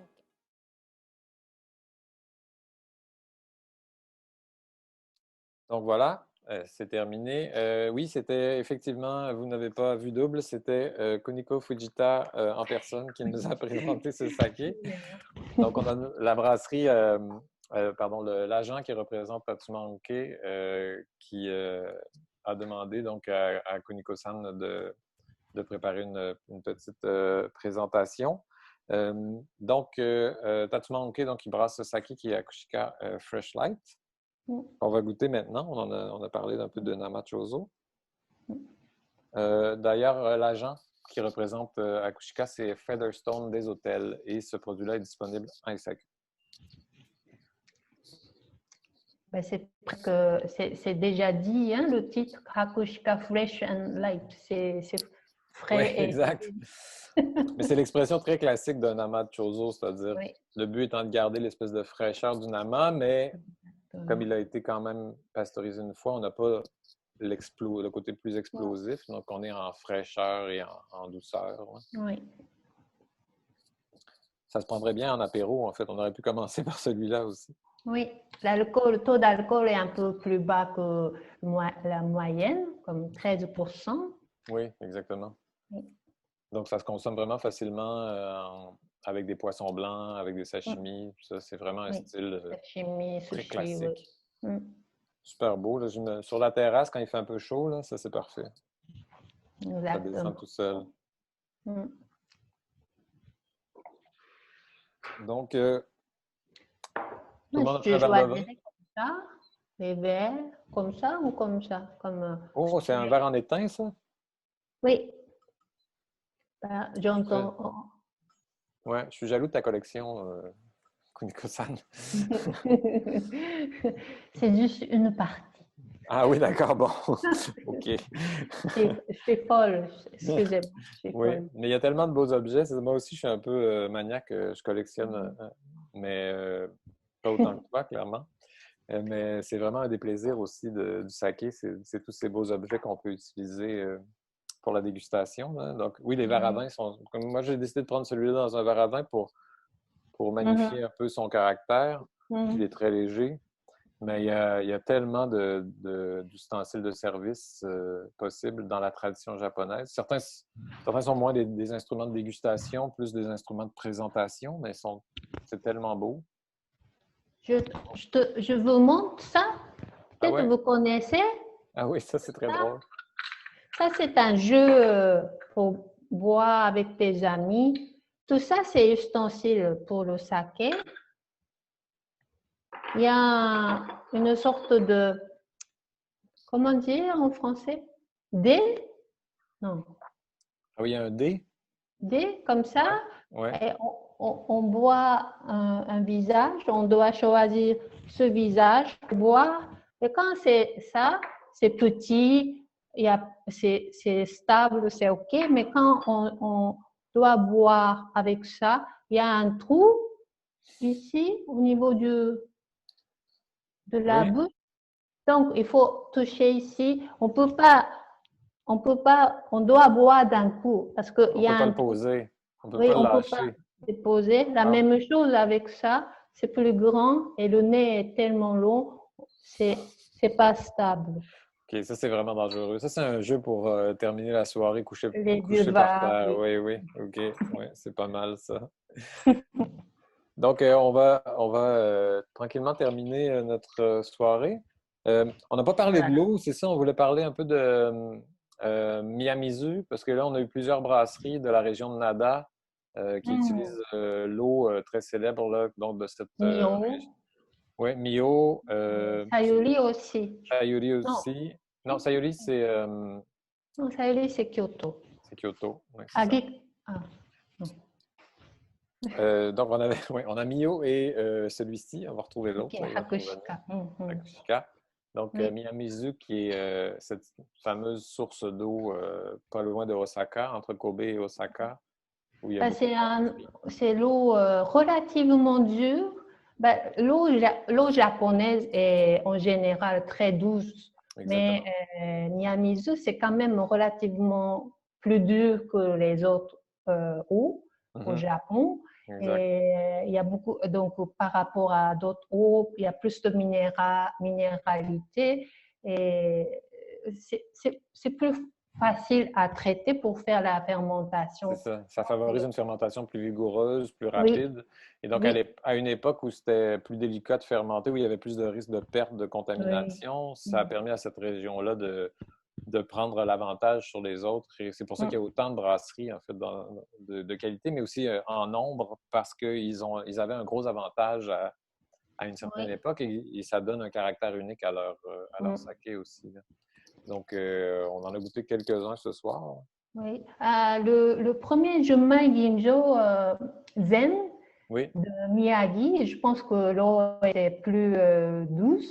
Oui, c'est vraiment une eau douce. Avec l'eau douce, c'est plus compliqué la fermentation en général. Il faut faire plus longtemps avec la basse température. Et quand c'est réussi, c'était ça le résultat. Exactement.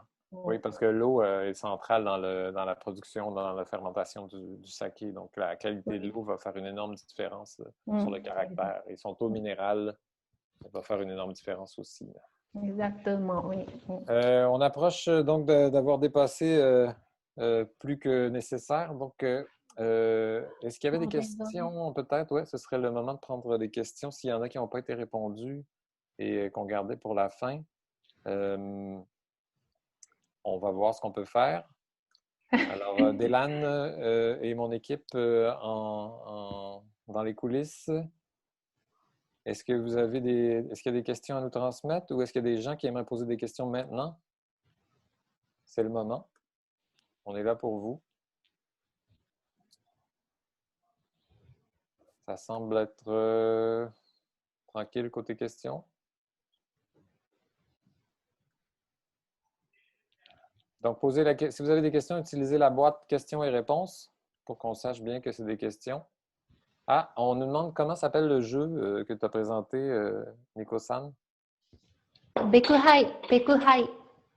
Bekuhai? Bekuhai. Bekuhai, d'accord. Ça, c'est la spécialité de Kochi, préfecture de Kochi. Et il y a d'autres préfectures qui ont même genre de jeu. Oui, j'en ai vu d'autres. Ça, à Kumamoto, j'ai vu aussi un jeu similaire, mais c'est un peu différent, mais c'est toujours le principe de... On ne peut pas poser son verre, on est obligé de le boire. Méchant, hein? Le saké est méchant. Oui. On nous demande autre question. Donc, sur les températures, oui, bien, les températures, c'est jamais clair. Hein? On nous dit que c'est difficile de savoir quelle température choisir. Il y a plusieurs réponses à ça. Il n'y a pas juste une réponse. C'est toujours phasé. On peut, comme Uto, j'ai chauffé, mais chauffé à 45 degrés, mais pourquoi pas 40? Et aussi à la température de pièce, pourquoi pas.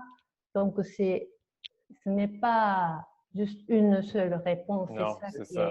Personnel aussi. C'est très personnel, exact.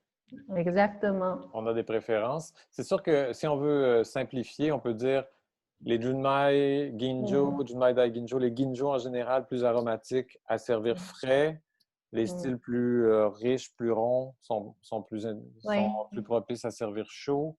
Mais c'est une règle générale qui n'est jamais exacte à tout coup. Il faut expérimenter, en fait. Ça fait partie un peu du plaisir, hein, je pense. Il faut essayer. Donc, moi, quand je me sers un nouveau saké que je ne connais pas personnellement, souvent, je vais me le mettre au froid pour que mon premier verre soit froid. Puis ensuite, il va tiédir dans mon verre et dans la bouteille. Donc, je vais le goûter un peu température pièce. Puis à la fin, je vais le chauffer et le goûter chaud. Donc, je vais pouvoir goûter toutes les températures comme ça. Et souvent, je découvre qu'il est bon dans plusieurs températures, mais qu'il est différent à chaque fois. Exactement. C'est aussi très intéressant. Avec quel plat aussi, ça change aussi. Et si vous mangez un nabe, un bouillabaisse, quelque chose de chaud, pourquoi pas que le saké est un peu plus chaud aussi. Oui, exact. Donc, voilà pour les températures. Il y a beaucoup de questions sur où on peut acheter les sakés et tout ça. Donc, ça va être disponible sur la page Facebook. Demain, on va mettre les importateurs et où on peut les acheter. Donc, ce sera disponible sur la page Facebook.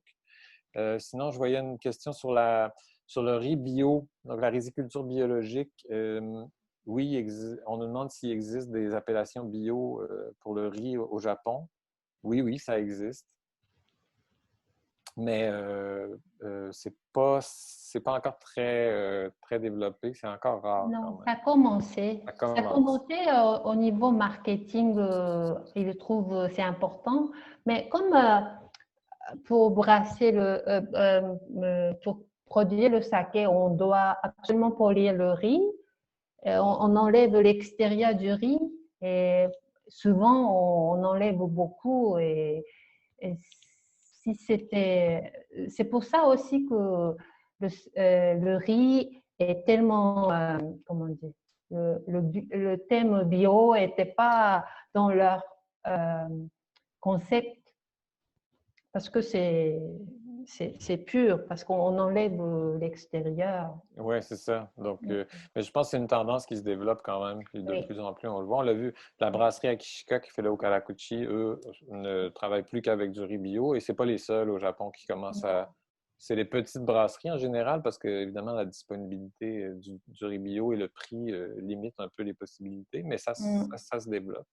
Il y a quelques autres bonnes questions avant qu'on finisse. J'en ai une pour toi, Ped. Oui. On me demande le meilleur accord thon, bluefin et saké. Ce sera ton meilleur accord parce qu'il n'y en a pas juste un meilleur accord, c'est certain. Donc, je me dis, Ped a sûrement son accord préféré, bluefin et saké.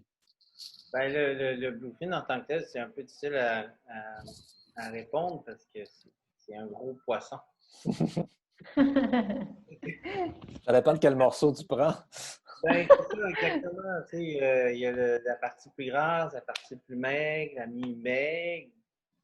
Le secret, pour vous dire, je ne le dis pas à beaucoup de gens, là, tout le monde va le savoir, là, mais... Là, tu vas le dire à plus de 100 personnes, en tout cas. Oui, c'est ça. Pour tricher, là, je pense, la sauce soya va vraiment faire la différence au niveau de la carne.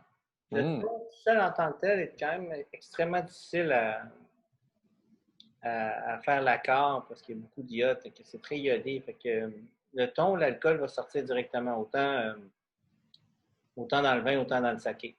Alors, il faut vraiment l'accompagner avec quelque chose, soit la sauce soya, le gingembre ou le wasabi. Il va comme créer un accord entre le thon et le saké. Alors, c'est ça qui fait le pont, en fait. Là. Le thon, en tant que tel, tout seul, c'est extrêmement difficile à agencer. Il faut vraiment qu'il y ait un accompagnement. Quelque chose de salé, quelque chose de grillé. Il faut avoir quelque chose pour vraiment ramener les deux ensemble. Ou sinon, ben, c'est ça, le thon, habituellement, mais c'est ça, l'alcool ressort beaucoup. Oui, super. Ben, c'est une très bonne réponse. Est-ce que Kuniko t'aurait ajouté quelque chose? Ou Oh non, je laisse aux professionnels. Je laisse aux professionnels, d'accord. Parfait. Mais c'est une bonne réponse. C'est une question par Pierre Daher. Donc voilà, pour M. Daher, sa réponse. On va essayer de prendre peut-être 2-3 autres questions avant de finir, mais j'en voyais une bonne pour demander comment on sait que le saké n'est plus bon.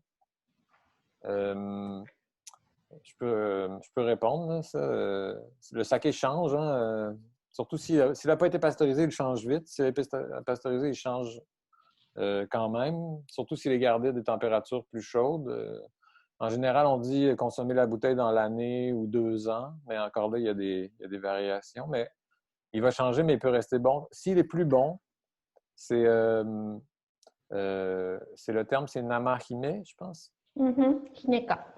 Himeka. Donc, le goût de plus bon. Donc, en général, il devient trouble. Il se forme une espèce de matière un peu trouble au centre, une sorte de moisissure, mais pas tout à fait. Donc, si vous voyez ça dans une bouteille, c'est pas comme le nigori, c'est pas blanc. Là, c'est vraiment une espèce de nuage au milieu de la bouteille et qui va, si vous brassez, ça flotte.